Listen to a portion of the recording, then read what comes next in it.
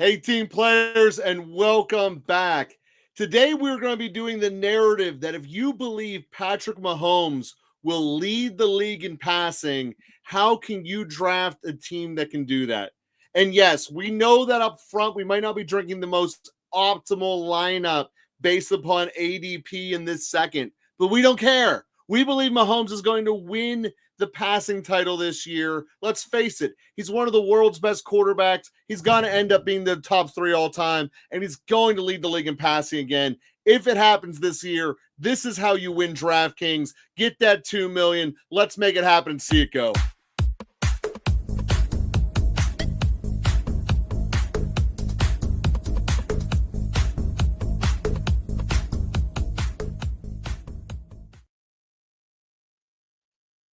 Easier said than done, isn't it, Bob?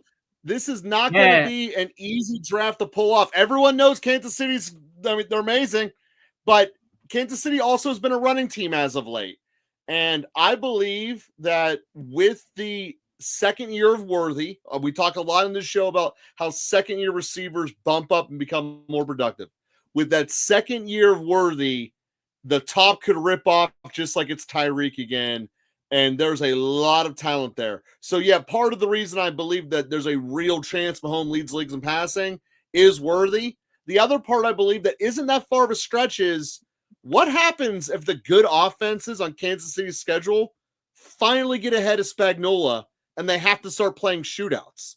It's not that far of a stretch to say Mahomes might have to lead the league in passing. Because let's face it, it's not a super talented defense. It's a schematically amazing defense. So that's the starting point with today's episode. Again, we're all about the narratives here, local football flavor.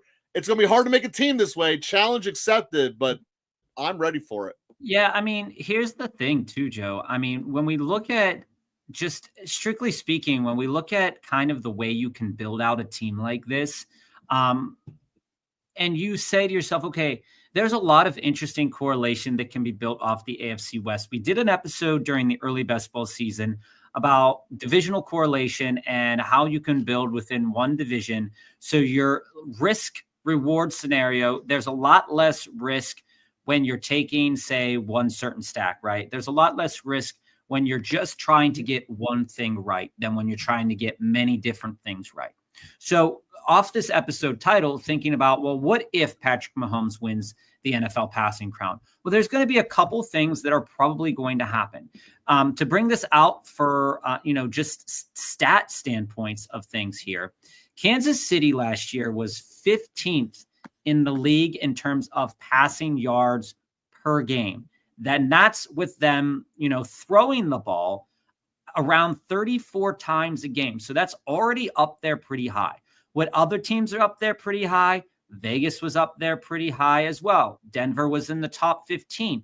So you already have 3 teams from this division that are absolutely unequivocally not afraid to throw the ball. Now, you got to think that that Vegas will do it less because they got Ashton Genty, but they also just got Geno Smith, who, quite frankly, can air it out. Not that great, but can air it out. Then you come in and look at the defenses last year for this division, and you say Denver allowed around 35 pass attempts per game.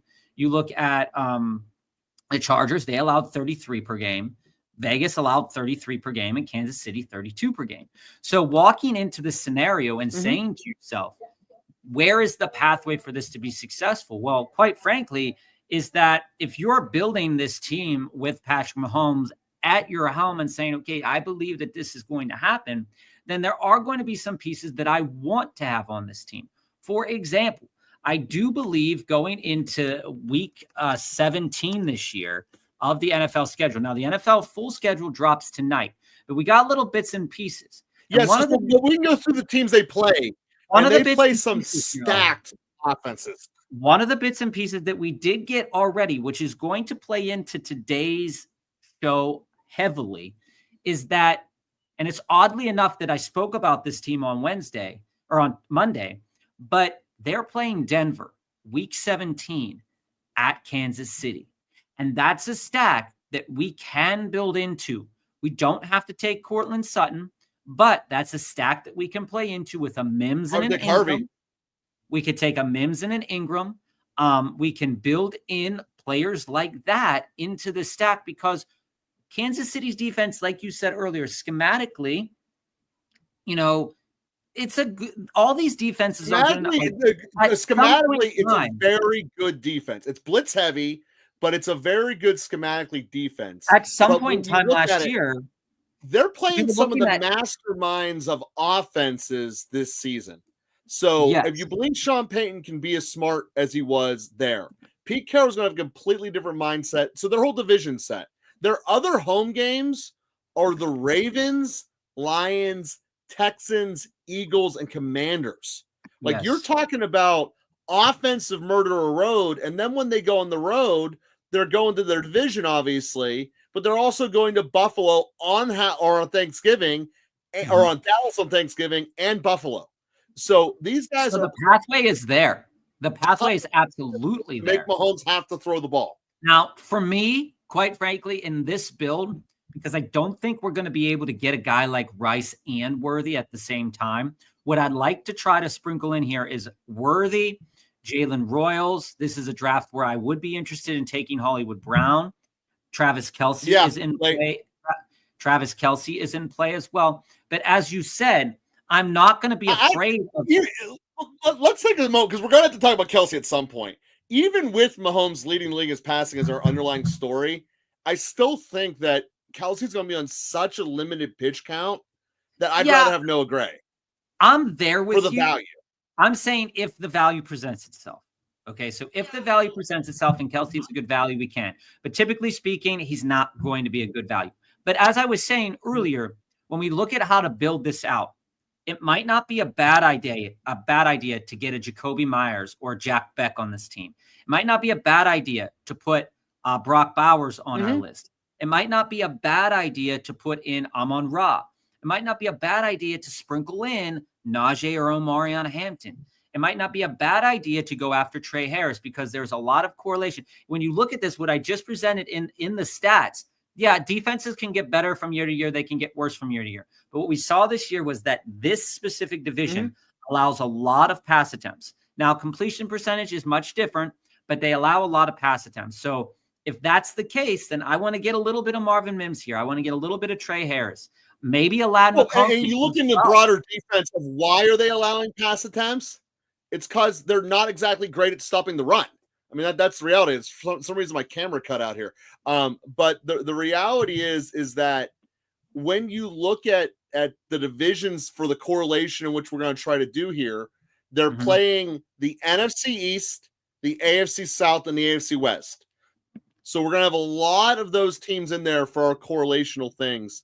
And I mean, you guys are seeing technical difficulties here on my side. Right now, this draft has 8 people in it, about to launch our Mega Millionaires, because that's all we're doing here this year is the Mega Millionaires. And I mean, out on you, Bob.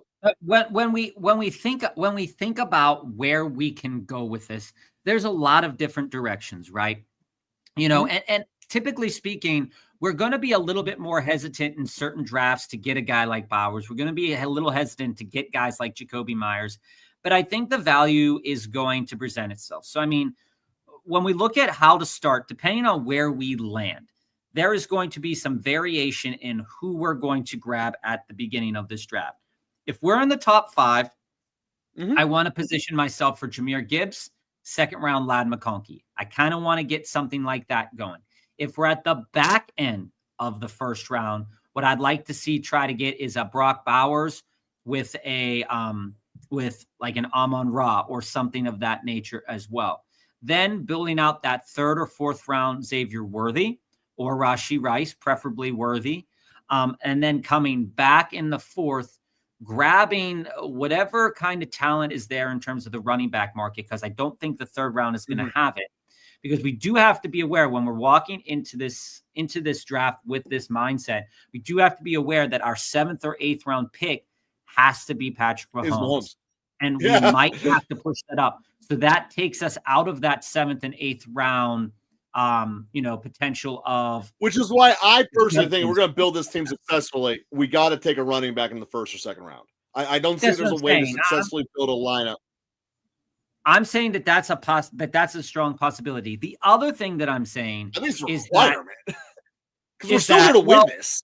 Well, here's the thing. The other way of going about this is that if we do want to double dip and build this team out as if, like we said in the title of the episode, as if the Chiefs are going to, as if Patrick Mahomes is going to win the passing crown, and we wanted to go after Rice and Worthy, it would probably be a good look on us as a team building perspective to hammer 2 wide receivers early, because we won't know if Rice is going to be playing or how much he is going to be playing anymore. So if we were taking Rice, we have to protect ourselves in terms of the wide receiver market, because we need to understand. I agree with that, but there's so many late receivers, especially it all depends on where we land, Chargers right? and the Raiders, that we can get divisional correlation and still make it work. If you're just tuning in, what we're talking about in this episode is we are drafting on DraftKings full PPR with the mindset as if Patrick Mahomes is going to be the passing leader this season in the NFL.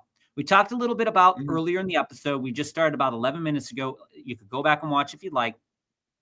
Talking about that this division is prime for attacking when you go into a strategy like this, because this division, not taking into completion percentage to start with, but there's a lot of pass attempts to go around in this division. And when we look at, well, where are how are the defenses landing here? There are some decent pass defenses, but also at the same point in time, these teams are not afraid to throw the ball around. And Kansas City has weapons to do that.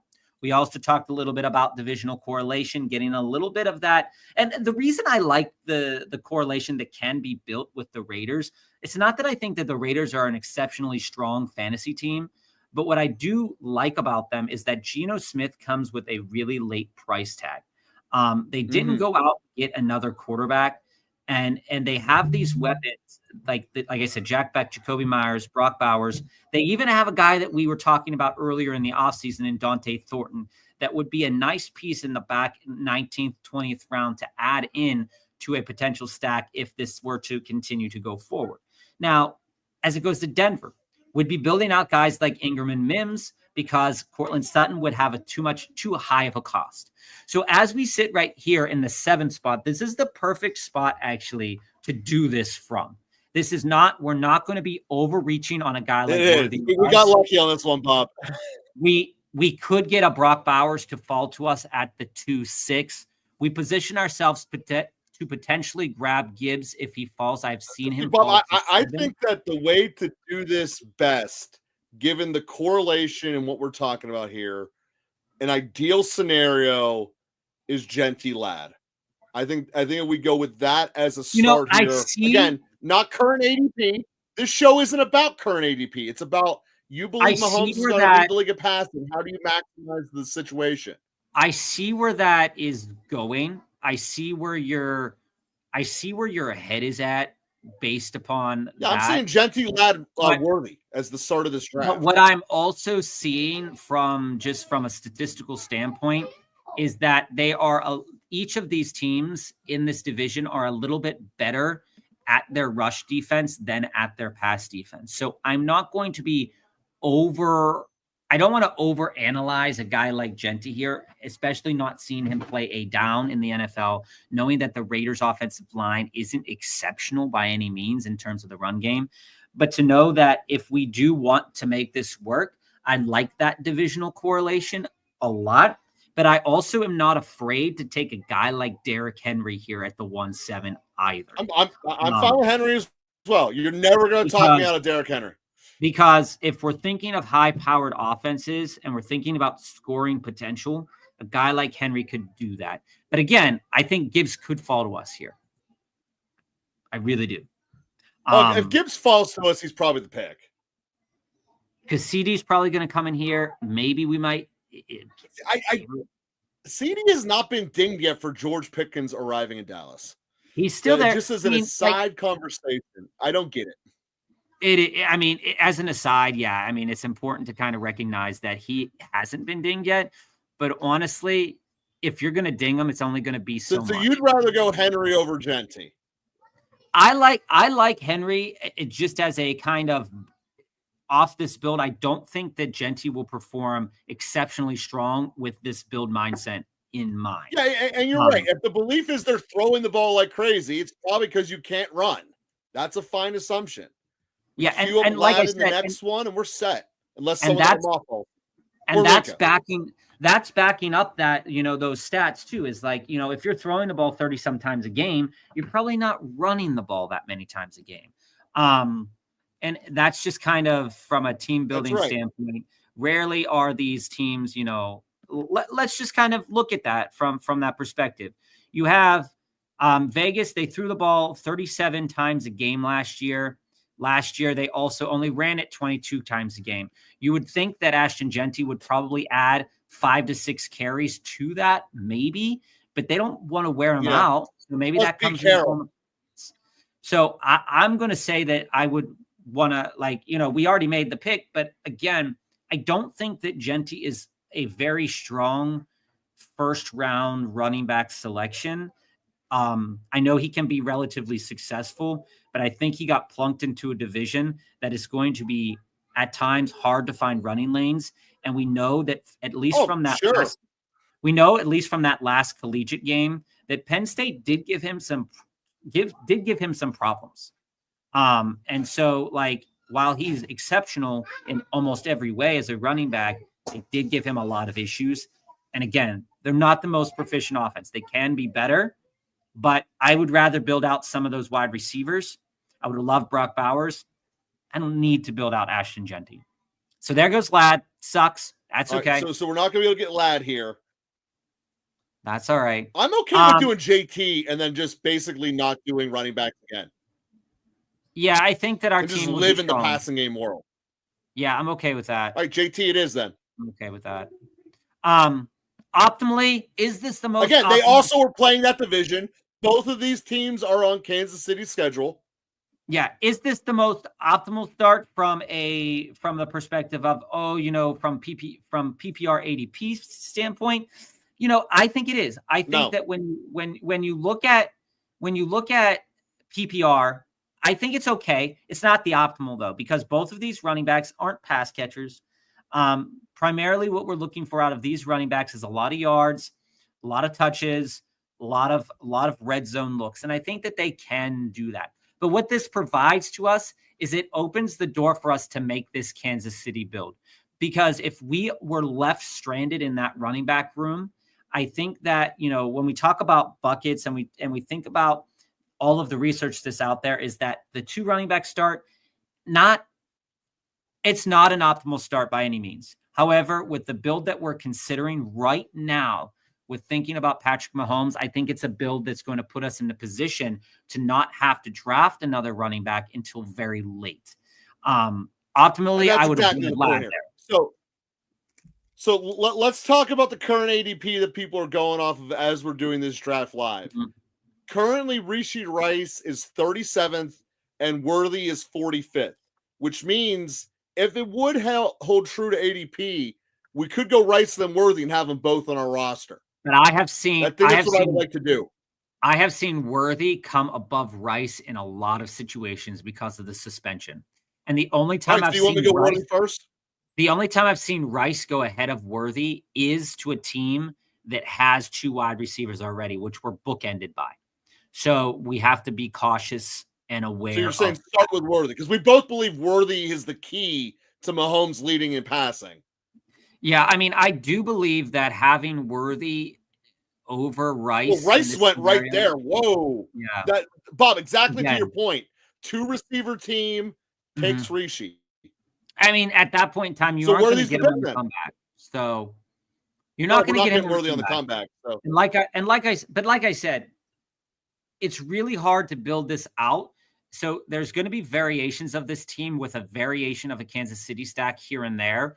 Some of them are going to have both. Earlier teams are going to have both. Once we figure out what Rice's suspension is, if there is a significant one coming, we are going to be well aware of that, and that's going to be built into other things later on in the offseason. But right now, I also want to know what his injury is. What's going to be healthy?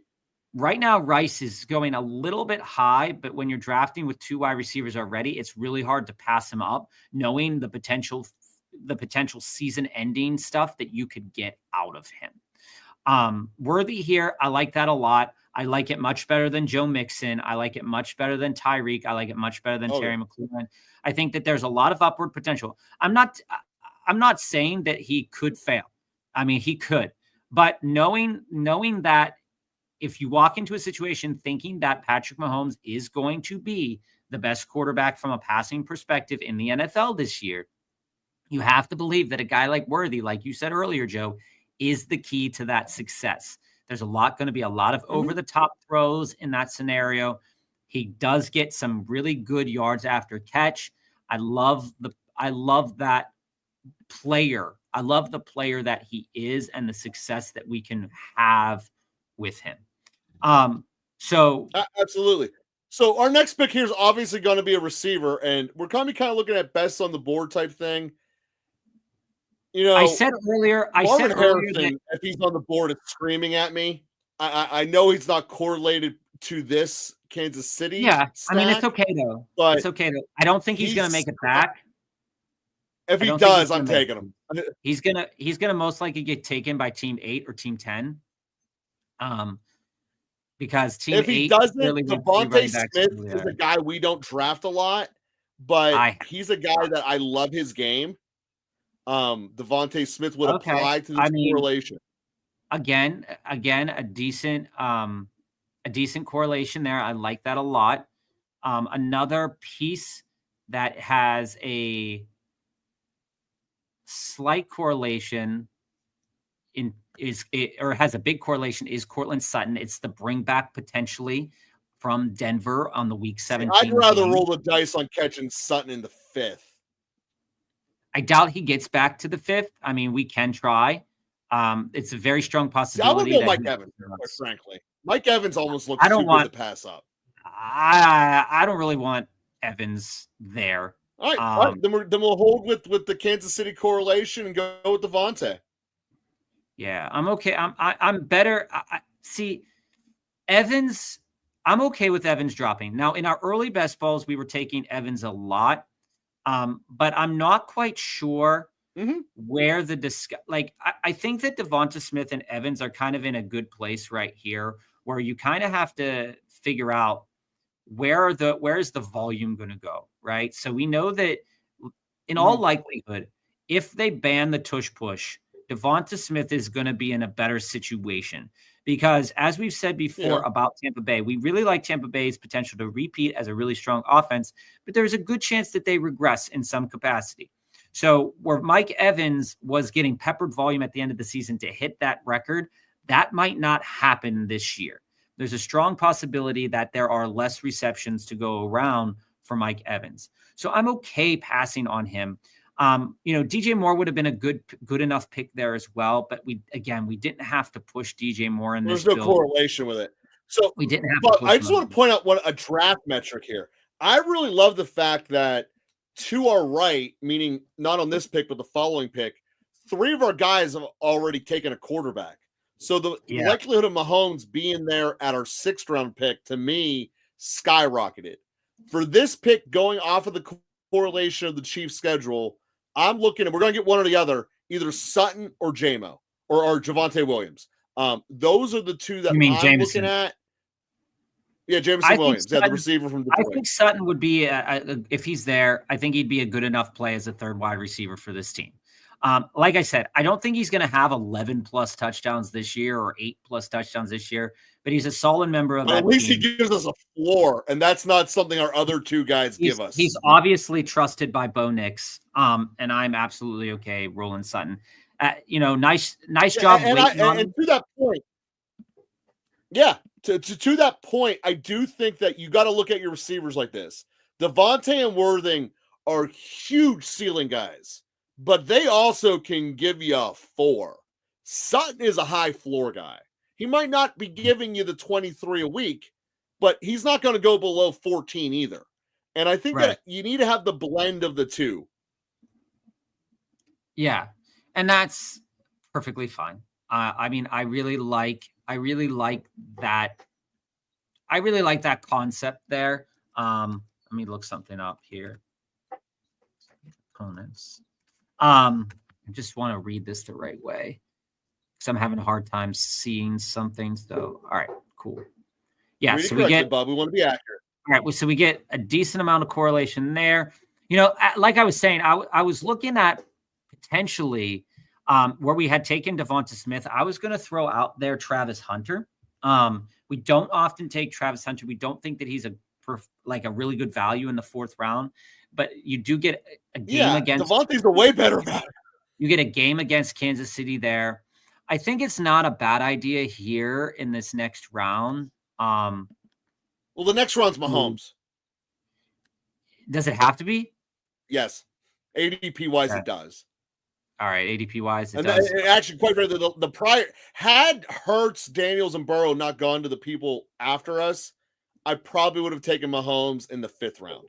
Just for the sake of the build, for the sake of the episode, this pick has to be Mahomes. Because he's not going to come back to us in the 7th.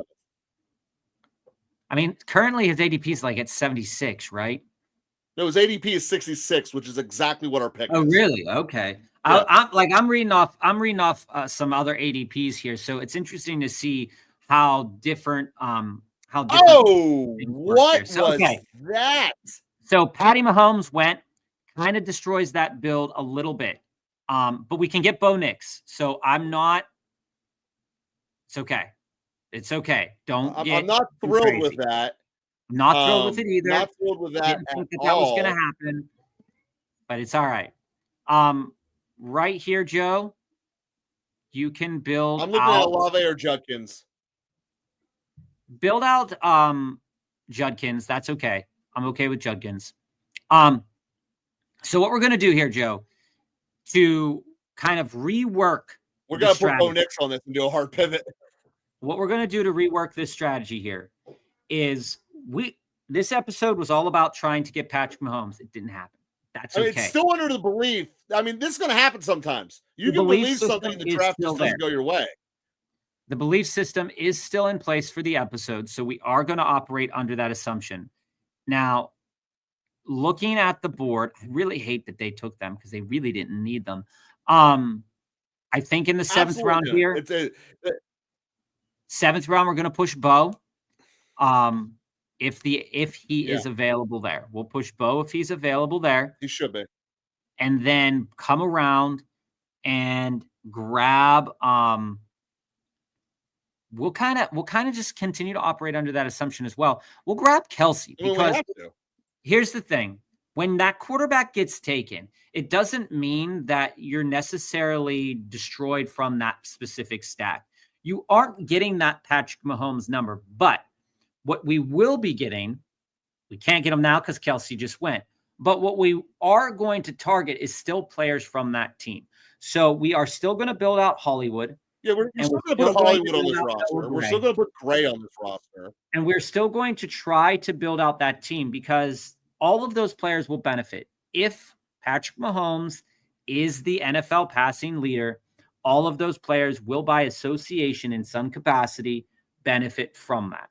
So I still want to target Jalen Royals, still want to target Hollywood Brown, still want to target Xavier Worthy. Having 3 out of the 5 weapons is not terrible. We could also potentially. We're definitely having Brayshawn Smith on the back end of this team. Rashard Smith, even in Isaiah Pacheco to a lesser degree if we wanted to. I know Pacheco. So if Mahomes is throwing the ball like crazy, it's because Pacheco failed. So taking that all into consideration, that's just a fundamental fact. I think so, Bob. I get that I literally just built this whole thing up, but again, with 3 of the 5 teams beyond us having taken a quarterback, I would want to roll Bo, but I also don't want to fail this episode twice. So Bo will be the pick here. I think he has to be. That's a reality. Quite honestly, I really did think that he would make it to us because the build that team number 10 was building did not have the MO for a quarterback. And I really honestly think that team was put a little bit on autopilot just now. I think they made the first 3 picks themselves. But Mahomes wasn't the top on the board. I mean, that's my thing. He wasn't. Yeah, I don't know, man. It's Like frustrating. it's an unusual build, frustrating build at the very minimum. And they took a third quarterback. It's a horrible build. I mean, the guy's that guy will not win with 3 quarterbacks in the first that 7 rounds. high. It doesn't make any And sense. not even to get into the fact that his picks are horrible and Chase Brown. He's just doing it to kind of make people mad, I think. I mean, nobody goes into it and saying that they're gonna push that. I mean, that's just absurd. Listen, you want to waste the best ball millionaire entry. This is how you do it, and this is how people have stacked teams. Are like, dude, how did that happen? No, this is kind of how that kind of stuff happens. That's all right. crazy. So looking at best players on the board here, Bob. I think it's probably a little bit early to go with. Who are you thinking? Maybe Higgins. Oh, it's probably early for that. I think it's early for that. What about Andrews? That gives us a decent Baltimore correlation. Andrews isn't necessary if we want to build out Evan Ingram. Where's Evan Ingram's ADP here? What'd you get? What the fuck? You took Hollywood Brown? Oh, he was in the queue. It took you delayed on Bob too much. We weren't prepared for it. You said Andrews and you picked Hollywood Brown. Yeah, you screwed that one up. Hollywood Brown is in the queue because of all the Kansas City players I have in here. Yeah, but you should have. That was a dead pick for us. There's no way around that because I wasn't taking Pacheco. You screwed that one up. But anyway, we'll be able to make up for it. We'll throw out Warren on here and Ingram. I mean, you took them 60 positions way too high. Easily. That was 6 rounds too high. There's no way around that. Way around that one. It happens. The ADP we'll react. We'll adjust. But we'll get it back. Like I said, I think that should have been Ingram there. I don't know why you were trying to queue up Andrews. Ingram should have been the pick there, and I don't. Point is, Ingram will be available in the next round, and that was why I was. There wasn't a pick I loved there at all. Najee could have been the pick. This entire section of the draft, none that I love. I don't want. Yeah, Najee could have been the pick there as well. But even though you Najee's gonna have a good year. Even though you screwed it up with Hollywood Brown, taking him a little bit early, knowing that we don't really like anybody else in this round anyway, does open that pick up when that pick becomes available to us so that we don't have to push somebody else. It does. That so does. I think all right. So this is going to be Ingram here on the comeback. And then we'll probably have to get I guess it's not going to be Ingram. Maybe it wouldn't have been too early to take Ingram there. Told you. See, what you got to do, Joe. ADPs are flying around like crazy, Bob. Well, if Pacheco's still there, we put Pacheco our running back. And when you're looking at the board, especially when you're looking at ADP, and especially at this time of the year, people are not too big on being slaves to the ADP. So it's okay to take a guy a round or two early. Remember the episode that we did where we're building up. Bringing people up is really important to think about. Okay, I do have to step away for a minute. I'll be right back. You step away, you deal with your pain. So,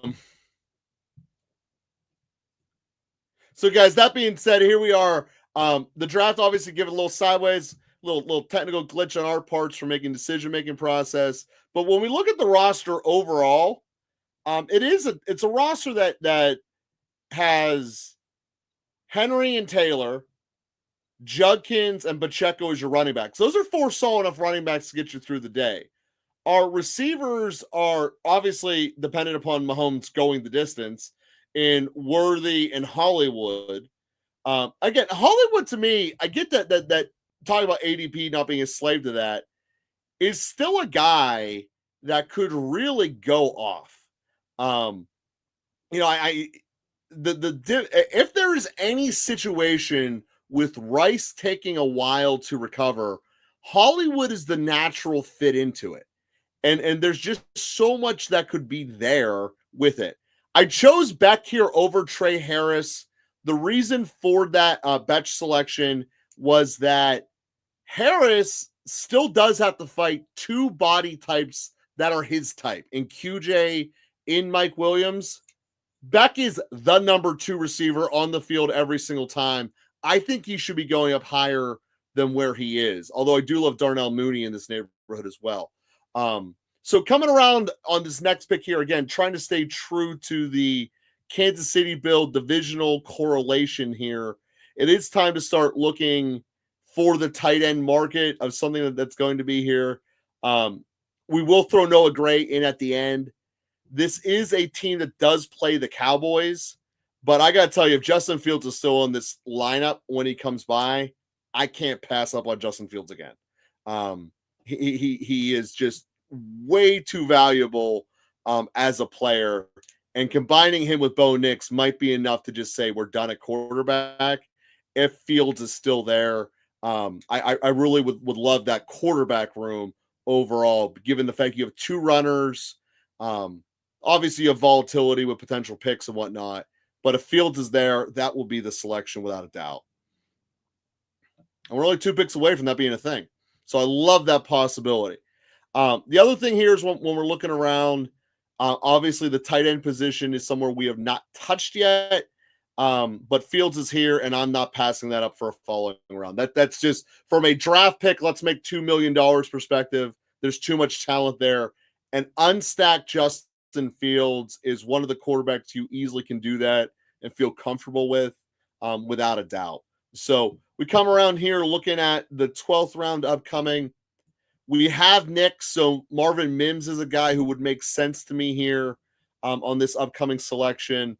Another guy that looking in this area, knowing that they are playing the South and the East, in terms the NFC East and the AFC South.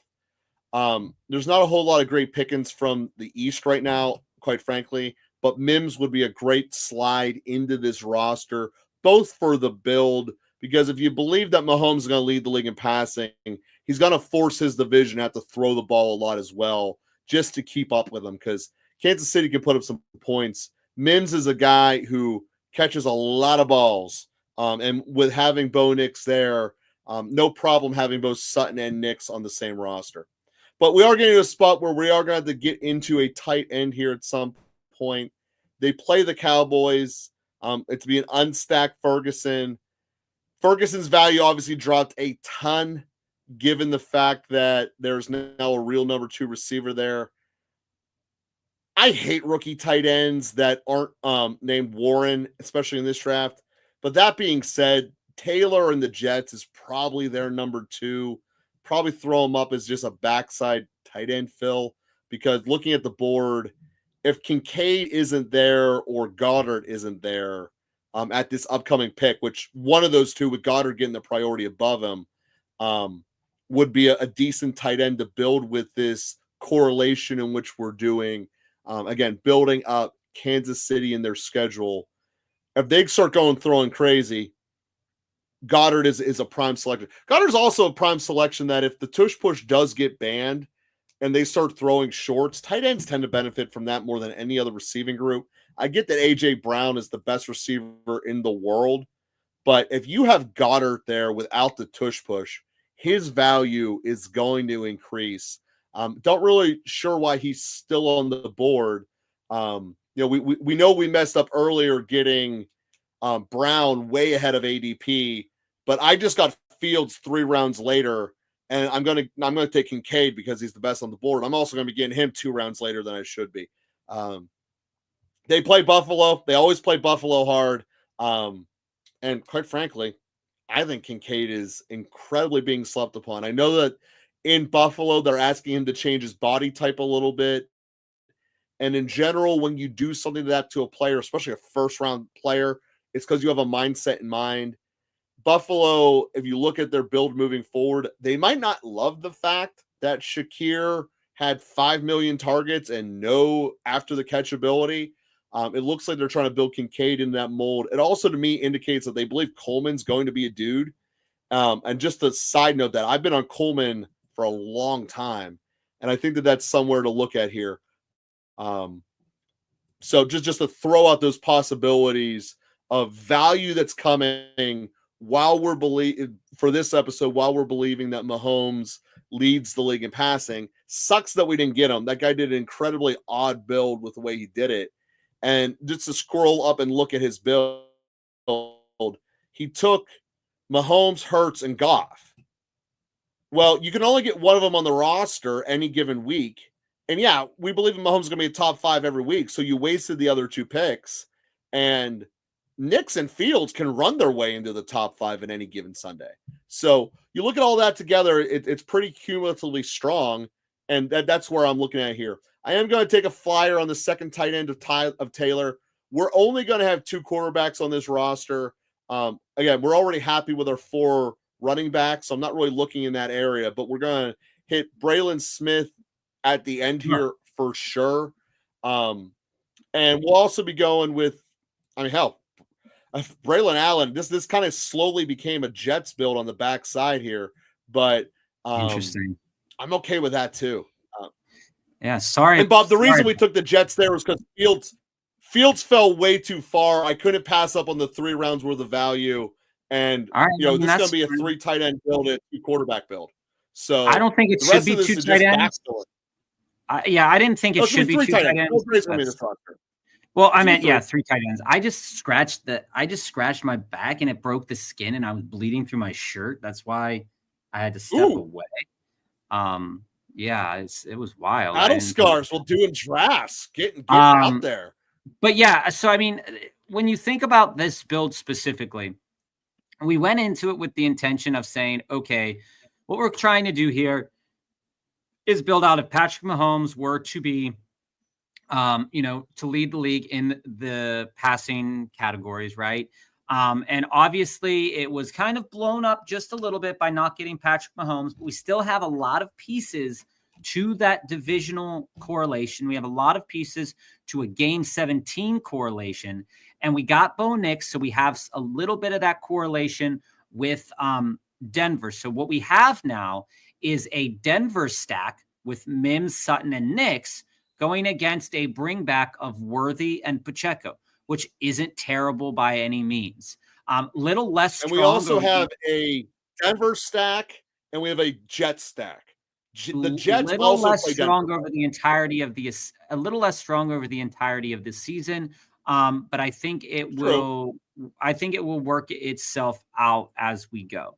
Now looking at who we can take, and like I said, you misclicking, queuing up Hollywood early opens the door to taking some of these guys that we wouldn't have been able to take, knowing that we wanted to get Hollywood on this team. I would like to take a chance on Jalen Royals coming up. I think that Jalen Royals will be an important piece to this team moving forward, especially thinking about Rice's potential suspension. So I'm okay with. And Bob, you were away when I was talking about that. I think Hollywood is the one who initially gets the benefit from that. So there's a chance early in the year, Hollywood might look like a steal on that. I still, if I'm not building out Kansas City players, I'm still not enthused or thrilled by Hollywood Brown. So, I mean, I'm only probably going to have him in the portfolio when he's aligned to a correlated or a bring back. And I just think that the bring back, having that week 17, knowing that Denver and Kansas City are playing against one another, getting that bring back is going to be so important. And having 2 now to go along with that, I think will be really, it's a really smart play having that information today, because tomorrow when the schedule comes out, you're going to see a lot more of the bringbacks coming up for the week 17 game. You're going to see a lot more correlation. Absolutely. And 16 and 15 as well. You're going to see a lot more correlation. This is one of the things that people get in trouble with. But Joe, that's why I said to you earlier is that right now people aren't being slaves to the ADP, because this ADP is not true ADP to where closing line value will be at. I agree with that. But I want to just hit upon a concept, Bob. Obviously, you have to be in the top 2 of your draft to advance. Mm-hmm. Can I propose that it might make sense, rather than focusing on week 17, to focus firmly on week 15, so that way you get to the second last weekend where you get a significant return, and it also advances you? No, because knowing what we know about these formats and knowing what we know from the playoff best ball scenarios as well, getting there isn't enough. Having the team that's going to win it is what you need. So, like we said, we made it to the finals in the playoff best balls. There's no point in having the best team in week 17 if they lose in week 15. But it doesn't matter if it doesn't have a chance to win in week 17. So that's the discussion point to have constantly with yourself, is that don't overbuild for 15, because yeah, you're right. It doesn't matter if you don't get there, but what does matter is that when you are there, you have the best team to win that week. Bones, what's happening, man? If you go back through the episode, you'll see our severe sadness when we lost out on Patrick Mahomes in this build. But anyway, at this point, by the way, guys, we have built where it's at. We're just going to be taking value. And I got to tell you, Calvin Austin should not still be on the board, given the fact he's a number 2 receiver right now. I mean, I get that he might not end up being. I'm okay with passing. I'm either with Mike Willis or Calvin Austin, because they're both the number 2 on their rosters. I think you need to build Rashard Smith here, to be honest with you. You don't all right. We just talked all this talk about ADP and them not coming back.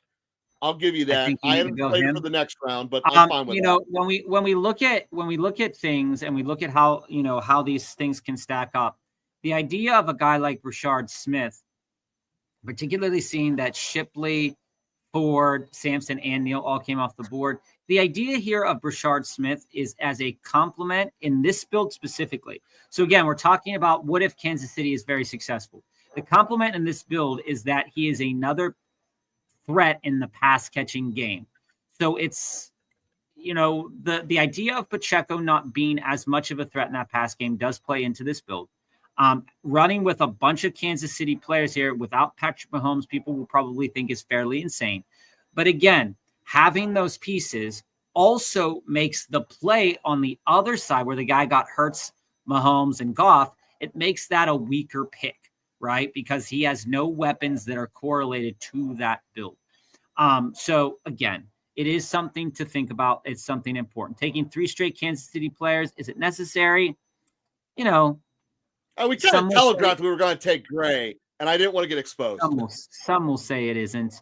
I was going to say, Joe, I think that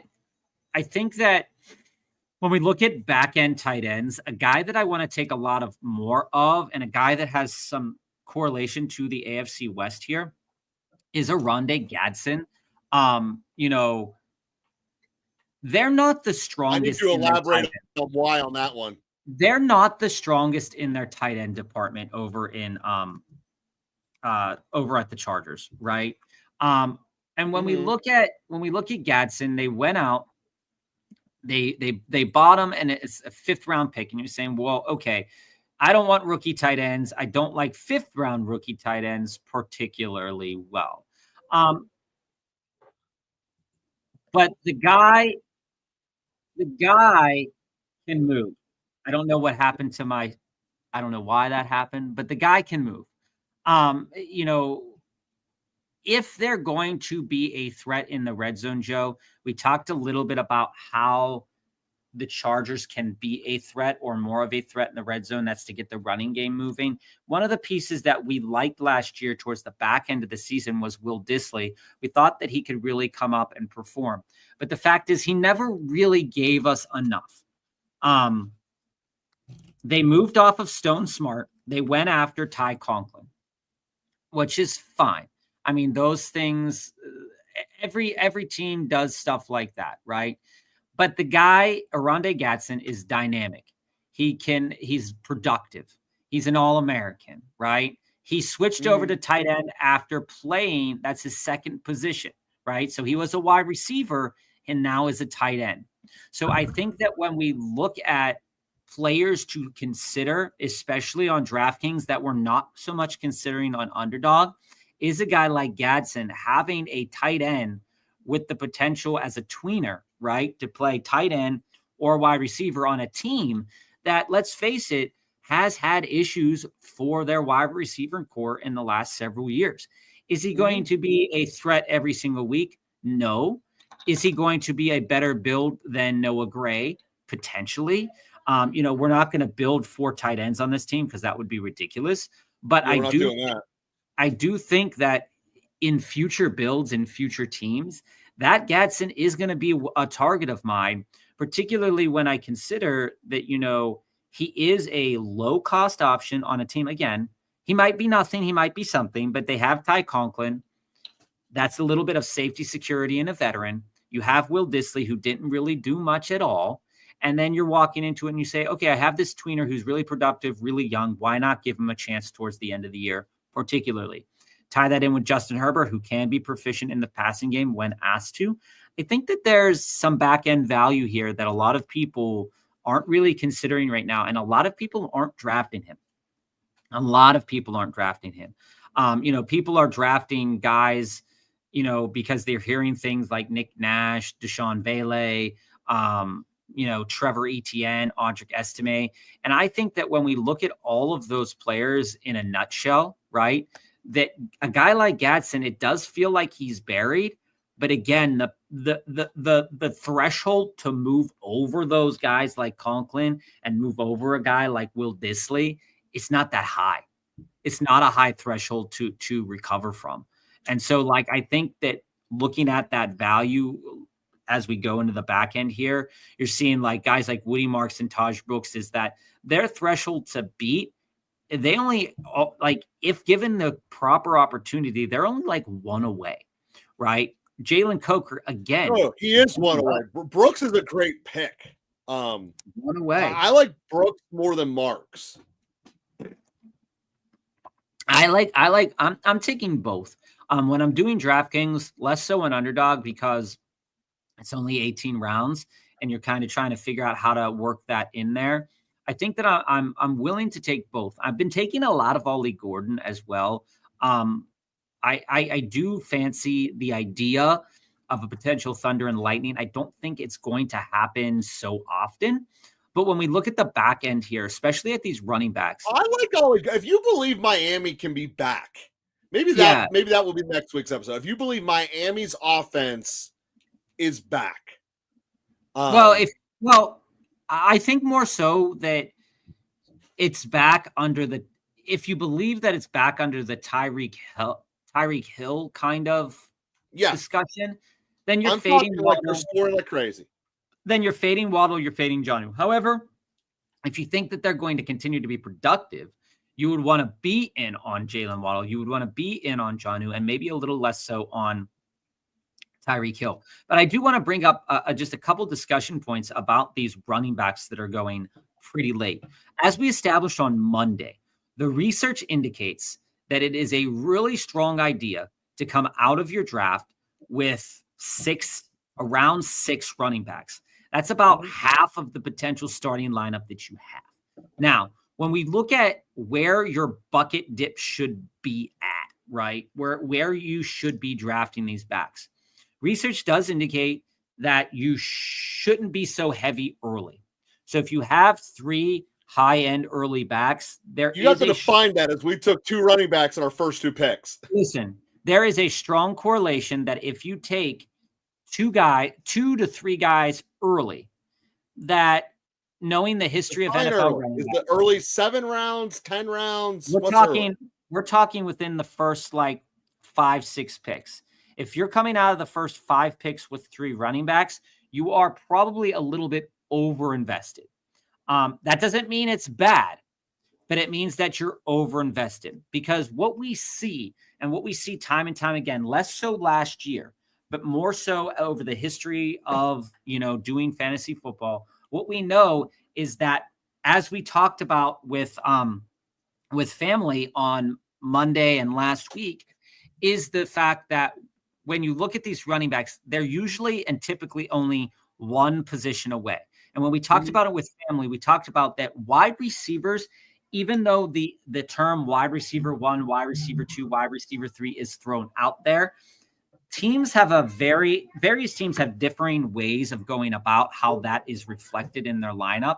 It's not a 1-for-1 exchange. So if Tet goes down, or if Jamar Chase goes down, that doesn't immediately mean that Yoshivas is now playing the same role and is in.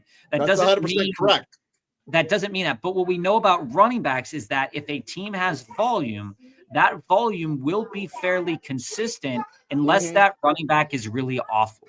The only thing that could happen, the only thing that could be different, and Indianapolis is an example of this. JT is, so is Baltimore, quite frankly. Both of those guys are studs where they're going to get 70+% of their touches. If they get hurt, it's not a 1-for-1 replacement because there'll be a split backup after. But the total and that's amount, fine. Yeah. But what that tells us, like, though, Miami with Ollie Gordon, for like A-Chain and Ollie Gordon, they're going to have a split in the first place. So because it's already it could also be Jalen Wright. So you're trying to figure that out. But what I wanted to say, though, because that's a really good point you made, Joe, is that with Jonathan Taylor, the immediate backup could be Tyler Goodson. It could be DJ Giddens. And if Taylor were to go down, it's a combination of the two. But, but what I want to say is, go back down to the bottom of those running backs again. What I want to say is, though, is that the pathway to clear your running back one, you're indicating that it's an injury-related thing. So, for example, right, why I don't like taking two running backs from the same team, even though we have Jonathan Taylor, I'm probably not taking DJ Giddens because for our team to work, we want Jonathan Taylor to be healthy. Our team to work, we want Derrick Henry to be healthy. So taking Justice Hill or taking Keaton Mitchell doesn't make any sense. But unless you want them for their standalone value. Looking here, we did take Pacheco late, and then we took Brashard Smith. Why that idea works a little bit better is that, okay, Pacheco cost us X, didn't cost us a high amount. So if he ends up failing, running back, I think. If he ends up failing, if Pacheco ends up failing, then there's not really a lot of skin off our back as there is off of mine right now. But there's a discussion point to be had that Brashard Smith has standalone value. But if Pacheco were to go down, his value gets higher. Same thing for Braylon Allen. Braylon Allen right now has value. He started to fall apart towards the back end of the season. But we know that there could be a lot of value if Breece Hall doesn't come back to be the Breece Hall that we have seen in past years. Same thing for a guy like Sampson, Jordan James, Woody Marks, Taj Brooks, Ollie Gordon. As we said, there's a lot of value down here that if something were to happen, because you saw, I'm just going to use the Raiders as an example. The Raiders sucked for the most part running the ball most of last year. You look at it and you say, okay, Madison was fantasy relevant for a couple of games. Sincere McCormick was fantasy relevant a game or two. And, they were top waiver priority ads for the most part. And so the threshold for your late round backs to clear, they just have to be able to see the field. So if there is a reasonable pathway that you can make for a specific player or group of players to see the field, it is much easier to hit on it is much easier to lose and to hit on a running back rather than a later round wide receiver, because the targets for the wide receivers, it doesn't necessarily mean that when that player gets hurt, those targets are going to necessarily go to that specific player. More of them could go to the tight end. More of them could go to the better wide receiver that's out on the field, but the running back for sure. So let's take, for example, Joe, a scenario that could be relevant this year. Alvin Kamara goes down. Kendrick Miller and Devin Neal come in. Devin Neal could prove himself to be the guy. He's proven himself already that is this coaching staff's guy because they took him. They didn't. They might not want Kendrick Miller. Again, a guy like Woody Marks. Mixon goes down. They didn't draft Dameon Pierce. They drafted Woody Marks. Talking Houston specific, and we will obviously dive into this later, guys. And by the way, please leave if you don't give us up one, we'll come on. But leave the scenario you want to see for the upcoming season. If we don't get another one, we're going to go with families, which is Cincinnati completely punts on defense, and every game's a shootout. They already have because they're not signing back Trey Hendrickson. So I saw that.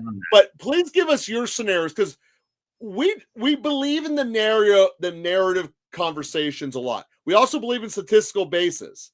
When the NFL gambling comes out, which is tomorrow, very exciting day for me. We will have all of our analytics for our players when we're playing it straight. And we're going to do plenty of best balls when we play it straight based upon this. But the narratives also should carry it. And this is one of the things that Bob's very good at articulating. Give us a scenario you want to see. We will build it. And this one was, if you believe Mahomes, who is a Hall of Famer already, will be the leader in passing again before he retires. If you believe this is the year, this lineup has a chance every single week to be the number one scorer in each week. It is a Mahomes-less lineup because we did not get him where we wanted to. However, but it is stacked. What I recommend, and this is something we're going to talk about all offseason, right? Is what I recommend that as you're building your teams, and many people in the fantasy community are recommending this as well. But again, thinking of it from a different perspective, week 15, 16, and 17, you want to have a team that is capable of winning week 17. If you don't have a team that's capable of week 17 wins, then you're out of it already. No matter if you get to week 15 or 16 or not. But there is a reality. You get paid more making it to week 17 than you do losing in week 15. There is a reality to that. Walking into this draft, what we knew and what other people are going to start taking into account more, and this is why I said earlier in the show, don't be a slave to the ADP right now, because the NFL schedule is coming out, and that is going to dictate a lot of week 17 best ball correlations, and you are going to see people reaching up or getting them at a different value than their actual closing line value will be. So, ADP will not start showing up until the second week of August. Walking into this show, one of the things that we noted was week 17, Denver, Kansas City. So we didn't get that's already been released, right? We didn't get Patrick Mahomes. We got Bo Nix. Bo Nix with Sutton, Mims. We didn't get Ingram. So we got a correlation plus a couple of bringbacks.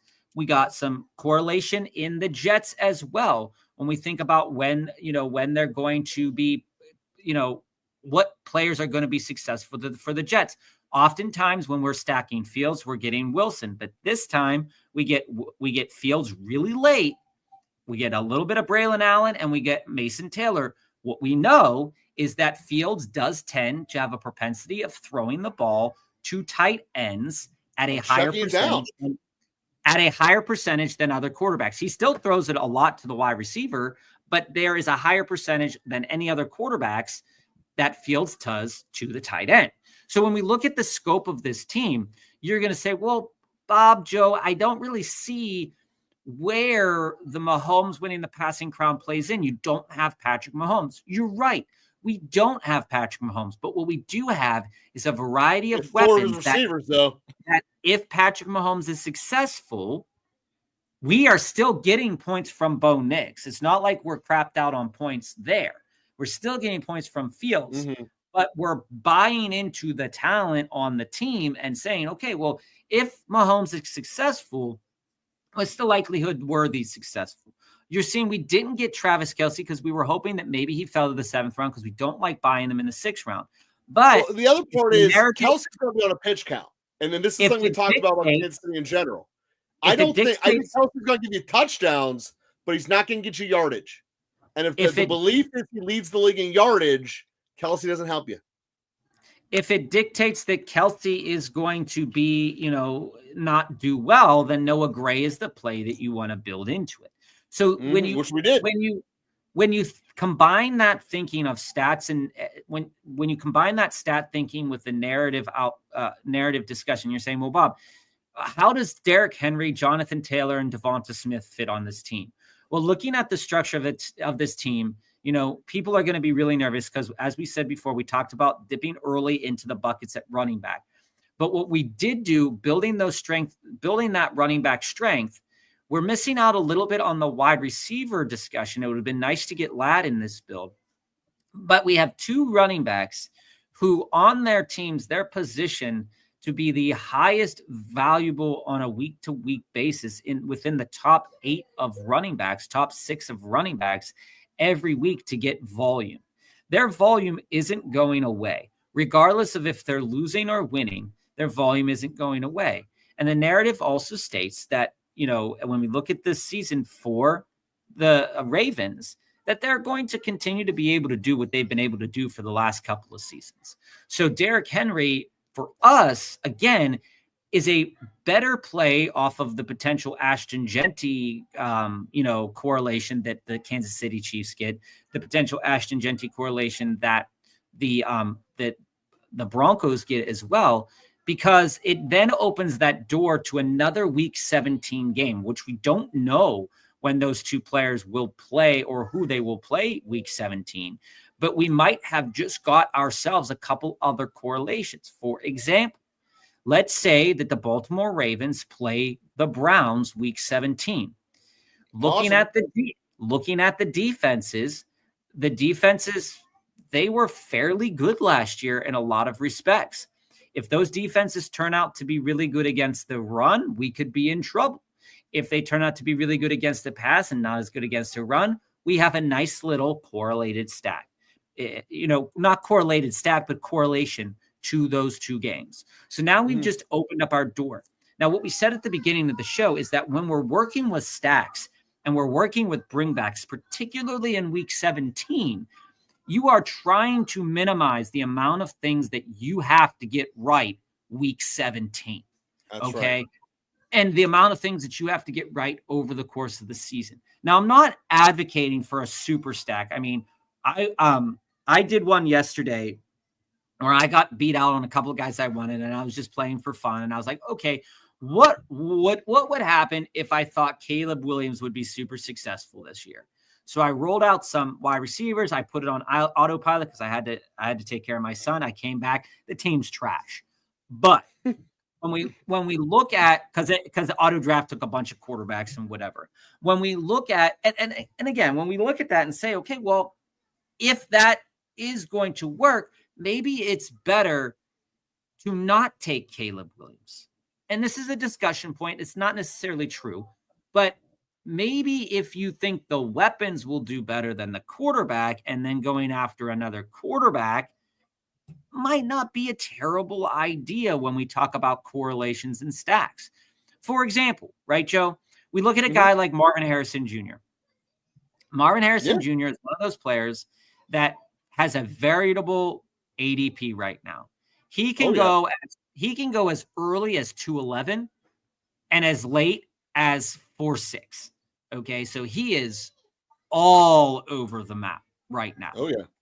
And when you look at Trey McBride, a lot of people are like, okay, well, if I build Trey McBride or Marvin Harrison Jr., then I am locking myself in to Kyler Murray. Now, let's talk that through.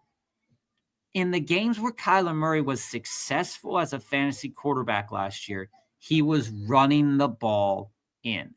So there is actually not a super high degree of correlation for a guy like Fields or for a guy like Murray and Harrison. The same discussion can be said for Fields and Wilson. If you like Fields, maybe you are correlating him to something different and moving in a different direction in the second round or third round. But again, if Fields is going to be hyper successful this year, maybe it does come with a couple more passing touchdowns. But with Kyler, we have seen, right? We saw Marvin Harrison Jr., what he could do. We saw what Trey McBride can do. Trey McBride was a top-end tight end, and Kyler didn't throw him the ball at all in the end zone.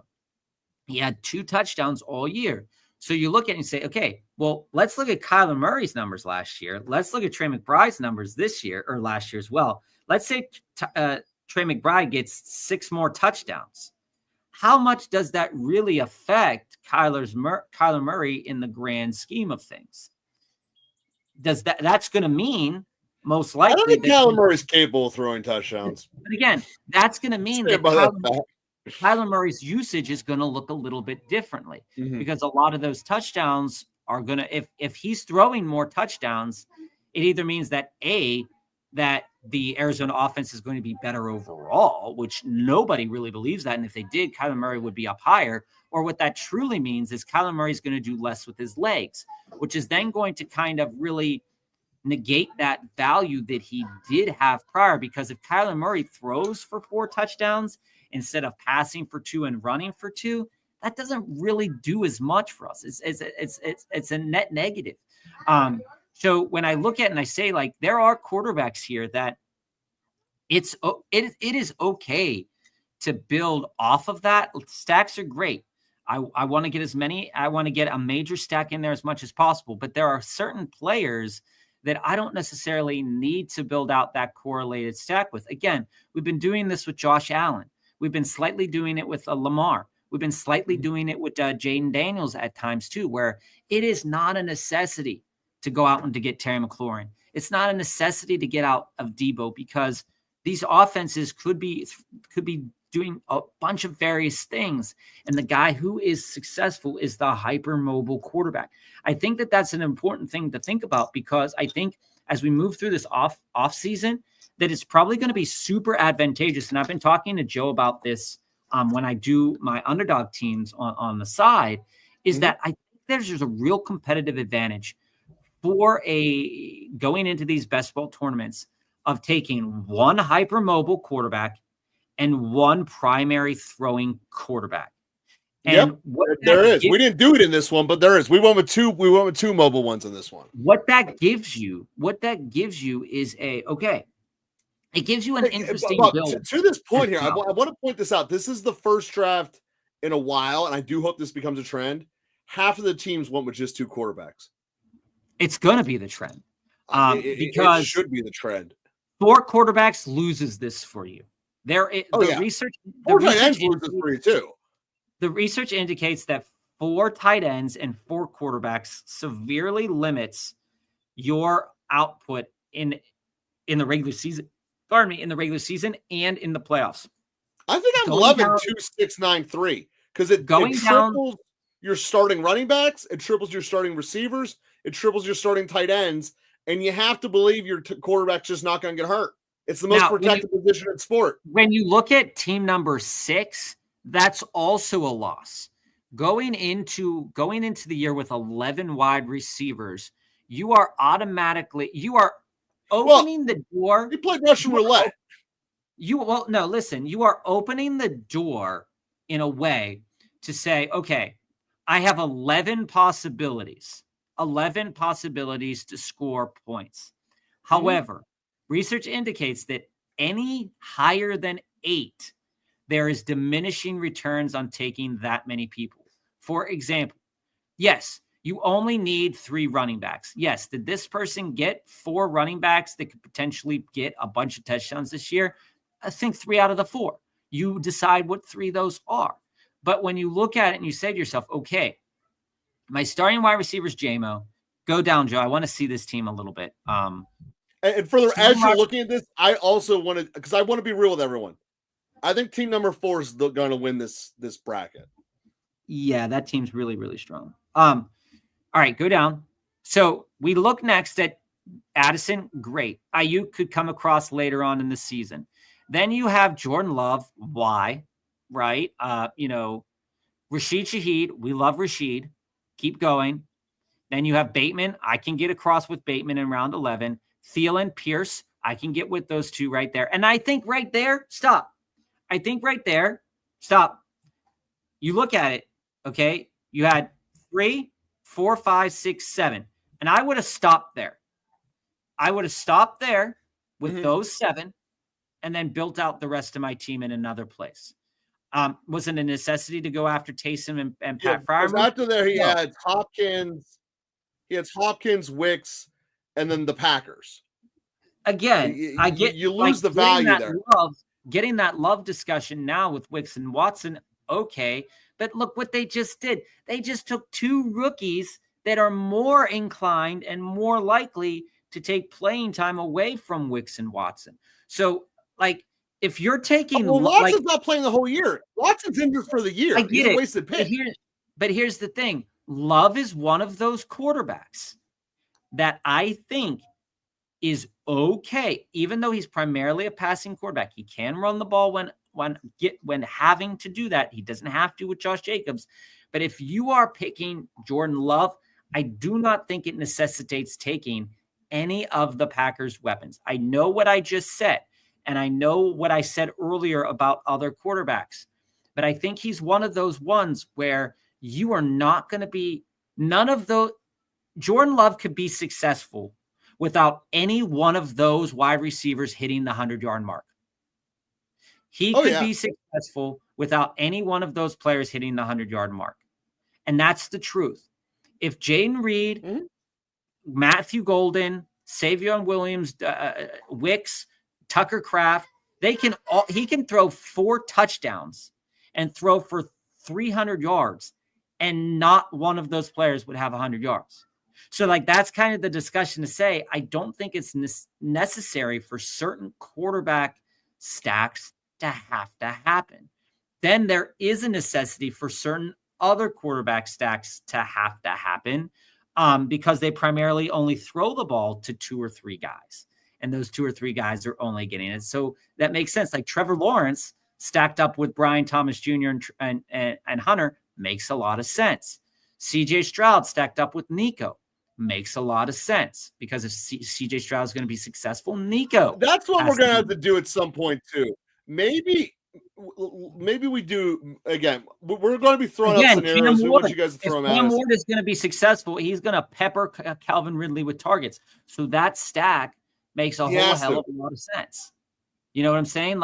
And the same Dak and CD, that makes sense to me as well. And then there are other quarterback stacks that make a whole lot more sense when you really look at what the hot button issues are, is that, JMO, again, if you take JMO, if you believe JMO is going to be successful, and that means that you're taking him in the 5th, 6th round here, then that also indicates to me that if I have JMO, more so than Amon-Ra, if I have JMO, I should be taking Jared Goff, because if JMO is going to have a great season, then Goff is going to get him the ball for touchdowns, because that's what he does. So there's that way of looking at it as well. Maybe you don't believe in that system of looking at it, but again, like a guy like Tet here in the 4th round, okay, for Tet to be successful, if you think Tet is, and it's kind of like a reverse thing, if you think Tet is going to be successful, then you should take Bryce Young as a back-end quarterback. Maybe you shouldn't wait and you should take some other guys, but maybe you should, because there could be that impact there. There's many ways to look at stacks and correlations, and there's many viewpoints on why it's good, why it's successful. It's been proven to be successful over time, but then there's a law of diminishing returns with when you look at certain quarterback stacks. Not all of them are worth stacking. What I said earlier about there's less things to get right. However, when you stack a bad situation just to get a stack, we did this last year with the Giants, and we were wrong. But we were right about the weapon, wrong about the quarterback, and that did not help us. So if you're wrong about the quarterback, the weapon still kind of has a chance to be successful. But if you're wrong about the quarterback and you're only taking 2 quarterbacks, you are hurting yourself. Oh, you're done, yeah. So you want to be right on the quarterback, and if you're right on the quarterback, then it makes sense to take a couple of those correlated weapons. But I'm not spraying the board on quarterback. For example, I don't see a necessity to take Drake May, even in a Patriot stack. I would rather go the other side and take Tua. Hey, family, how's it going, man? I would rather go. I'm going to bounce here quick. We're gonna bounce in a minute, but I would rather go on the other side and take Tua or take Josh Allen than I would to take a guy like Drake May. Again, there's a lot of ways to look at it. So if you joined us today, feel free. If family, this is really gross. If I'm going to take any of these guys, it's going to be Monty to me. If I'm going to take any of those guys, what the situation says to me right now is that my heart is with the Lions because the offense, I think, is going to be hyper productive. But I don't think Pacheco's a bad call there, man. I see why he's recovery concerns me. Monty has no red flags, and that's why well, I go with Monty. Was hurt last year as well. The only red flag for me for Monty is just the position of Gibbs. Now, with that said, Joe, if Gibbs were to go down, Monty's next up. And he has his pathway. Monty's very valuable if Gibbs doesn't go down. That's why I just think he's a safer pick. So, family, right now, Monty's probably the call because his pathway to playing time is easier to see. If Gibbs goes down, he's in a more productive offense. You can make a reasonable case that if you believe in Tyler Shook or you don't believe in Tyler Shook, Kamara doesn't have as much value. And again, the narrative for Pacheco is what will that recovery look like? In my mind, I would put Pacheco, Monty, Kamara, but I could easily put it Monty, Pacheco, Kamara, Monty, Kamara, Pacheco. But I think that what Joe said rings true. Monty's a great call there. I think he's comfortable whether he is getting a full complement of snaps or only a half complement of snaps. And Monty, there's other value there, but you need to fill the gap. And it's an inoffensive pick.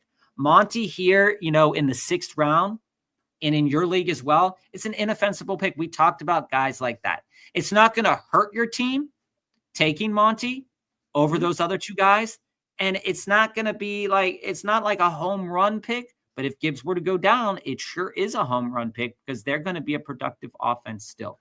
So join us next Monday, 3:45. If you have any ideas for us, leave them in the chat. We want to see what the audience wants to watch. We want to put it out there. Today, we were looking at what would happen if Kansas City is back productive as ever as an offense.